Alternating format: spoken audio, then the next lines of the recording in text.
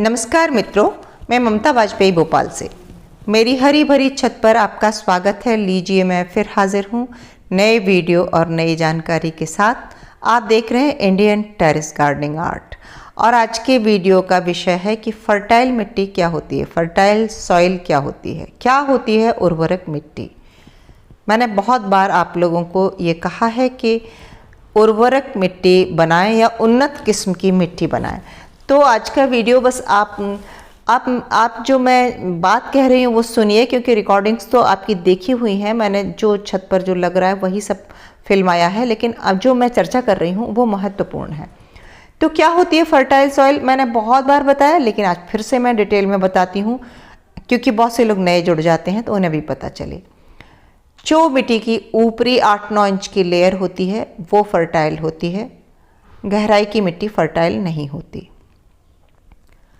Fertile से मतलब जो भी इस धरती पर जीवन है, मिट्टी में जीवन की संभावना नेचुरली है, और यदि मिट्टी को छेड़ा नहीं जाए तो उसमें तरह तरह के खरपतवार और कई किस्म के जो पौधे हैं वो पनप जाते हैं। और साथ ही सूक्ष्मदर्शी से देखें तो कई तरह के जीव भी मिट्टी के अंदर रहते हैं। मिट्टी के ऊपर कीट पतंगे, चिड़िया, जानवर, इस धरती पर जो भी जीवन है और वो मिट्टी से ही जुड़ा है, और मिट्टी भी जीवित ही है, मिट्टी से ही सब कुछ है।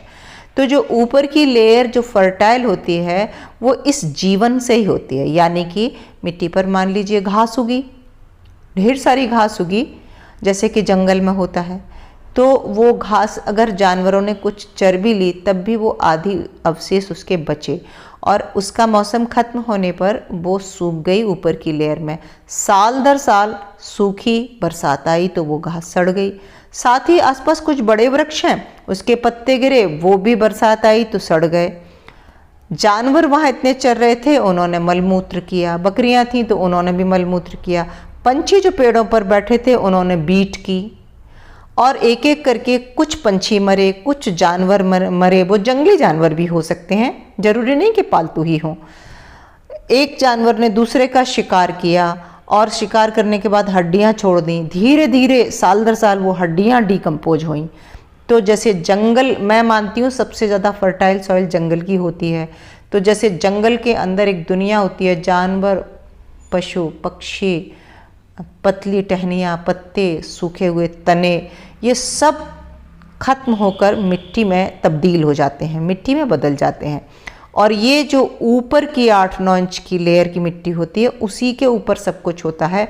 और वो डीकम्पोज की प्रक्रिया के दौरान ऐसे कई सूक्ष्म जीव होते हैं जो उन्हें खा के डीकम्पोज करते हैं। उनका जीवन इन चीज़ों से चलता है। एक का जीवन दूसरे पर आधारित है, दूसरे का तीसरे पर, और इसी तरह ये जीवन का साइकिल चलता है। और ये ऊपर की लेयर फर्टाइल रहती है, ये होती है फर्टाइल सॉइल।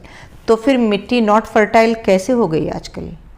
वो इसलिए कि हमने ऊपर जंगल काटे, हमने घास हटा दी, और मिट्टी के ऊपर जो एक मोटी सी हरी चादर थी वो हटा दी हमने।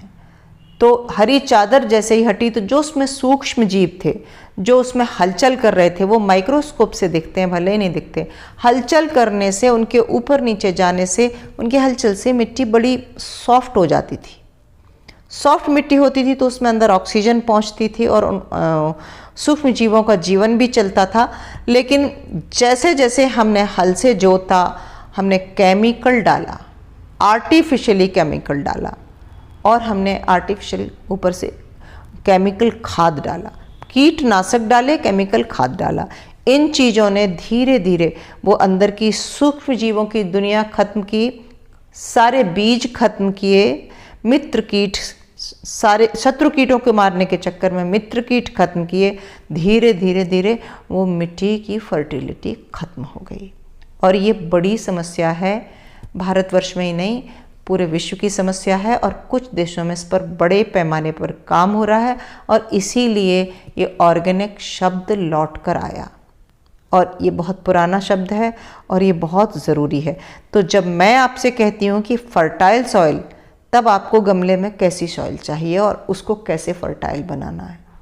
तो जब मिट्टी फर्टाइल, मैंने बताया क्या क्या था उसमें, सूखे पत्ते, बारीक टहनियाँ, पेड़ों की छाल, पेड़ों पर बैठे पंछियों की बीट, मरे हुए पंछियों के पंख और उनके शरीर की बारीक हड्डियाँ, जानवरों की हड्डियाँ, जानवरों का मलमूत्र, अगर इतना सब हमें मिल जाए तो हम मिट्टी में मिला दें तो मिट्टी फर्टाइल हो जाएगी। तो क्या हम इतना सच में कर सकते हैं? नहीं कर सकते। तो हम क्या करते हैं? जितना हो सकता है, यानी कि हम सूखे पत्तों की खाद बनाते हैं और हम गोबर की खाद, बकरी की लांडी की खाद या वर्मी कंपोस्ट और किचन के सब्जी के फलों की छिलकों की हमने काफ़ी हद तक कोशिश की। पक्षियों की बीट हम नहीं ला पाए, कोई बात नहीं, लेकिन उसकी जगह हम जानवरों की बीट, जानवरों का मलमूत्र लाए हैं। रही मरे हुए जानवरों का जो अवशेष होता है वो भी चाहिए। फास्फोरस के लिए हड्डी सबसे बड़ा स्रोत है। मरे हुए जानवरों की जो हड्डियां होती हैं वो चूरा होने के बाद फास्फोरस का स्रोत हो जाती हैं, जो कि पौधे के तने को मजबूती देती हैं। और अगर ये इतना डिटेल विज्ञान है कि मैं ऐसे एक वीडियो में नहीं बता सकती, और मैं हर बार कहती हूँ मैं एग्रीकल्चर से पढ़ी हुई नहीं हूँ, मैंने बस सेल्फ स्टडी की है किताबों की, वही मैं आपको किताबों की, कुछ गार्डनिंग का अनुभव, कुछ जिनको नॉलेज है उनसे बातचीत करके, किसानों से भी, कुछ कृषि से रिलेटेड जो लोग एजुकेटेड हैं उनसे बात करके मैंने ये सब सीखा है। तो अगर इसकी डिटेल थ्योरी जाना है तो जो बीएससी एजी, एमएससी एजी जो लोग होते हैं वो आपको बेहतर समझा सकेंगे। हमें उसकी ज़रूरत नहीं, क्योंकि हमें कोई डिग्री नहीं चाहिए, हमें मास्टर नहीं बनना है, हमें कोई एग्ज़ाम भी नहीं देना है, पर हमें ये समझना है कि मिट्टी में मोटा मोटी ये सब चीज़ें हों। हम खेत से मिट्टी लाएं और उसको संपूर्ण समझ लें तो वो नहीं है। तो हमने इसीलिए ऊपर से बोन मील भी मिलाया। कई बार लोग कहते हैं कि बोन मील की जगह कुछ और बता दें, वो ऑर्गेनिक नहीं है। तो मिट्टी, ऐसे तो जिस मिट्टी को पूरी को हम ऑर्गेनिक कहते हैं, वहाँ हड्डियाँ सब में सब जगह हैं।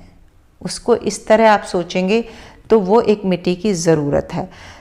तो आप आर्टिफिशियली गमले में ये सब चीज़ें मिलाएंगे तो मिट्टी फर्टाइल हो जाएगी। तो कम से कम आपको ये समझ में तो आया होगा कि फर्टाइल मिट्टी क्या होती है। और अगर वीडियो अच्छा लगा हो, जानकारी अच्छी लगी हो, तो कमेंट करके ज़रूर बताएं। और मेरी वीडियो पर नए आए हों तो मुझे लाइक करें, शेयर करें और सब्सक्राइब तो मुझे कर ही लें। मिलते हैं अगले वीडियो में नई जानकारी के साथ।